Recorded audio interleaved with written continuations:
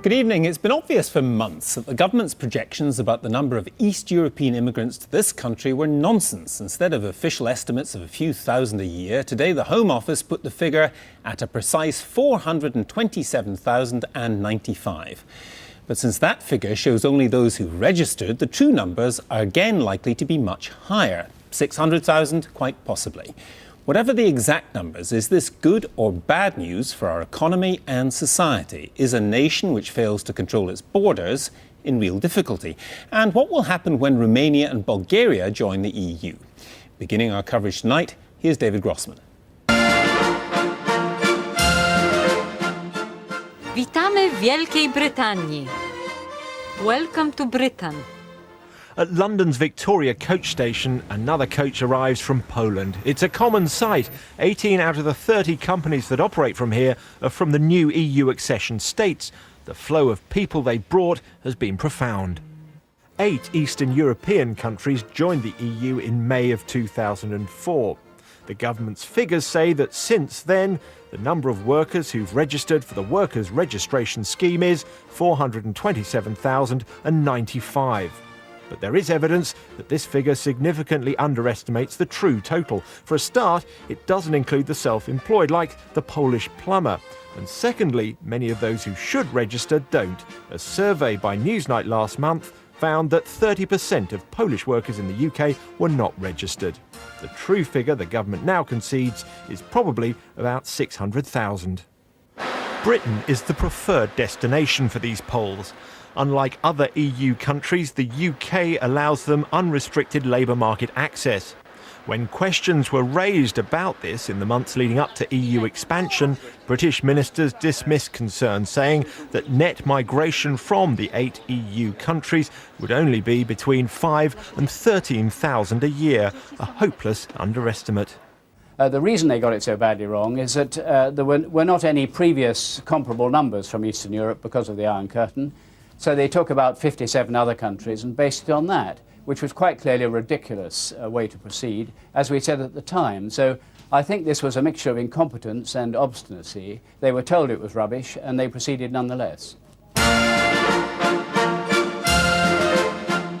Brytyjskie państwo opiekuńcze. Britain's welfare state. But should we care about the numbers? After all, the government says the vast majority of new arrivals are working, barely use public services, don't qualify for any benefits, and only 3% have dependents with them under 17. Many, however, do bring in their families once they've settled in. Of course there are economic benefits from immigration, but if you have huge waves of unplanned immigration, as we have had, then in certain parts of the country you get real pressures on public services. Schools suddenly find lots of pupils turning up who can't speak English. They need to be taught English. If there's no planning for that, it's very difficult.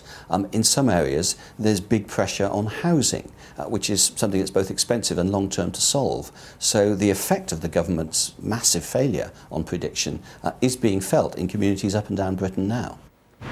In places like Slough, the Polish job adverts are easy to find. So is the anecdotal evidence about the impact that the new arrivals are having on services. The local government association has warned that council taxes all over the UK may have to rise to fund this. There's also secret evidence that the government is starting to get a bit worried. A leaked Cabinet Committee report entitled Migration from Eastern Europe, Impact on Public Services and Community Cohesion concludes that the burden on the UK's public services has generally been manageable, but there are undoubtedly areas in which strains are evident. It goes on to warn that given the uncertain numbers of migrants who may come in the future, the current relatively optimistic assessment may not continue to hold good in, say, a year's time. It's not just Eastern European migration. There are equal numbers coming from the rest of the world. And therefore, for 2004, the minimum figures will be over 1 million. Now, that is a huge number. We've never, ever been presented with those numbers before, so we're in totally new territory. And when all voters are asked, what's the number one issue? Without any prompting at all, they say the level of immigration. And my guess is that the government are now becoming, thank goodness, sensitive to this very simple fact and we will get a new approach. Przyszłość.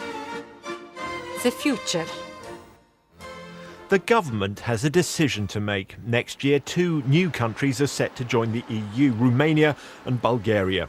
The UK could impose restrictions for up to 7 years on workers from these countries, as they could have, but chose not to, for workers from Poland and the other recent accession states.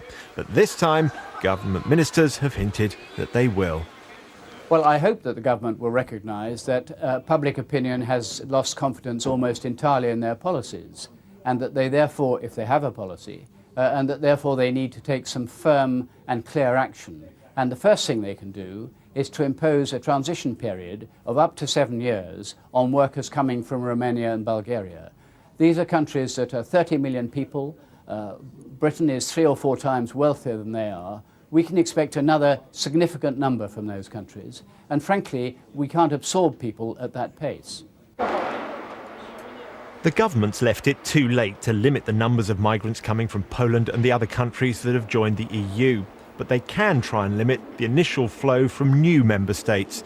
The Home Secretary has suggested there might be a complete rethink of all immigration, with an expert panel deciding exactly how many migrants we need and in which sectors of the economy. But without seeing any details, it's impossible to say yet whether that's a system that could work.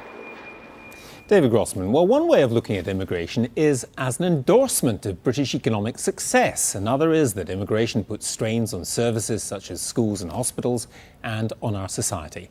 Paul Mason has been casting an eye over the balance sheet. Paul. Well, rising migration, rising unemployment.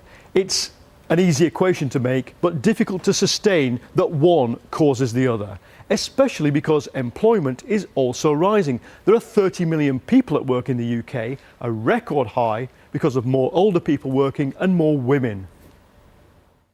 That hasn't stopped the tabloids having a field day with the equation, and 1 or 2 others. But if you want real shock horror, you have to look at migration's effect on wages. The current economic growth cycle is unusual because while there's inflation, hardly any of it is being driven by wage demands. Now, today's stats show that just under 1 in every 50 Polish workers is actually working here. And the pull factor is obvious. A production line worker would earn £208 a month in Poland, but £951 a month here. For a bus driver, it would be £330 in Poland, £1,427 here. And for somebody working as a waiter or cook in a decent restaurant, the Polish average of £260 a month becomes nearly £2,000. Among workers from Eastern Europe covered by today's survey, 78% are earning between £4.50 an hour and £5.99. The minimum wage is supposed to be £5.05, so economists think that their low pay is part of the wider story of weak wage demand. I think if you look at the combination of the migration flows since EU accession a few years ago and combine it with the effect of higher participation rates in the labour force among older workers and also among female workers, you'll find that that probably does explain quite a lot of the unprecedented weakness in wage growth. And we really haven't seen anything like this in terms of the labour supply increases for a very long time. Indeed, perhaps not since the Second World War. The figures don't tell the whole story. Britain's had famously a flexible labour market since the 1990s. We work long hours and we're easier to sack. But if there's a shortage of labour, all that is notional. With the arrival of mass migration, this is probably the first economic cycle where the full impact of the flexible labour market is being felt on wages. There's a benign macroeconomic impact. If migrants are holding wage demands back, the pressure on inflation is less. But how much less inflation is there because of migrants, and what would happen if they all went home? That's a question I put to the Governor of the Bank of England recently. There are 2 ways of looking at it. One is to say that the inflows of migrant labour have come in response to a tight UK labour market, and I think there's a lot of evidence to support that view.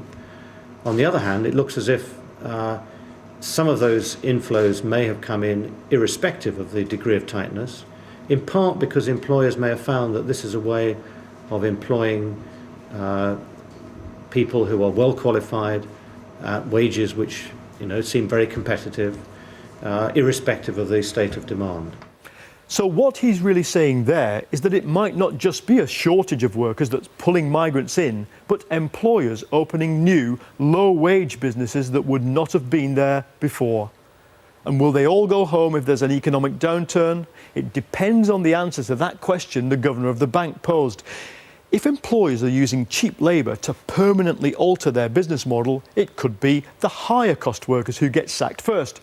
And within a year, those 427,000 East Europeans will have the right to claim benefit here. And living on benefit here, while tough, is not as tough as it is in Poland.